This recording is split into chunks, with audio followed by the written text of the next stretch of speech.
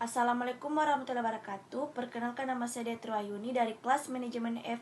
Di sini saya akan membawakan materi yang pertama itu definisi bahasa, yang kedua fungsi bahasa, yang ketiga sumber bahasa Indonesia, yang keempat ragam bahasa, dan yang kelima langkah-langkah pembakuan bahasa Indonesia.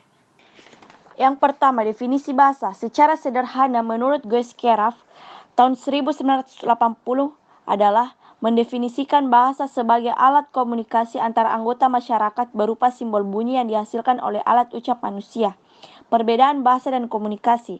Bahasa adalah alat komunikasi yang digunakan sebagai sarana untuk bertukar pikiran dan gagasan antar manusia. Sedangkan komunikasi merupakan salah satu bagian dari bahasa manusia dapat memproduksi bahasa sedangkan hewan hanya mampu berkomunikasi. Yang kedua, fungsi bahasa. Fungsi bahasa adalah peran dan kegunaan bahasa dalam awal pencapaian tujuan komunikasi. Dan ada beberapa fungsi utama bahasa. Yang pertama, instrumen. Yang kedua, interaksi. Yang ketiga, regulasi atau pengaturan. Yang keempat, ekspresi. 5, imajinasi. 6, menafsirkan. Dan yang ketujuh, informasi. Yang ketiga, sumber bahasa Indonesia. Poin yang dapat saya sampaikan di sumber bahasa Indonesia yaitu prasasti yang bertulis A683 yaitu prasasti Kedukan Bukit. Yang kedua, pasal 36 menyatakan bahasa negara ialah bahasa Indonesia. Yang ketiga, maksud butir ketiga Sumpah Pemuda mengutamakan bahasa Indonesia dan melestarikan bahasa daerah. Dan yang terakhir, pada tanggal 18 Agustus 1945, penetapan bahasa Indonesia sebagai bahasa resmi negara. Yang keempat, ragam bahasa.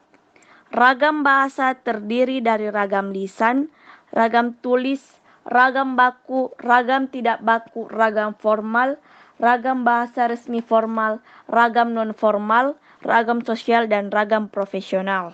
Yang kelima, langkah-langkah pembakuan bahasa Indonesia. Yang pertama, kodifikasi.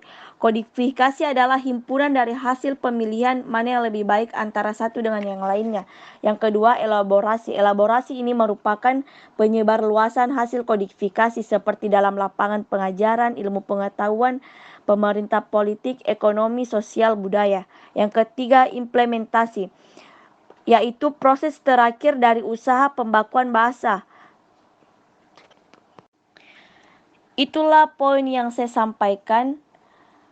Semoga video ini bermanfaat untuk teman-teman. Lebih dan kurangnya mohon dimaafkan. Wabillahi taufiq wal hidayah. Wassalamualaikum warahmatullahi wabarakatuh.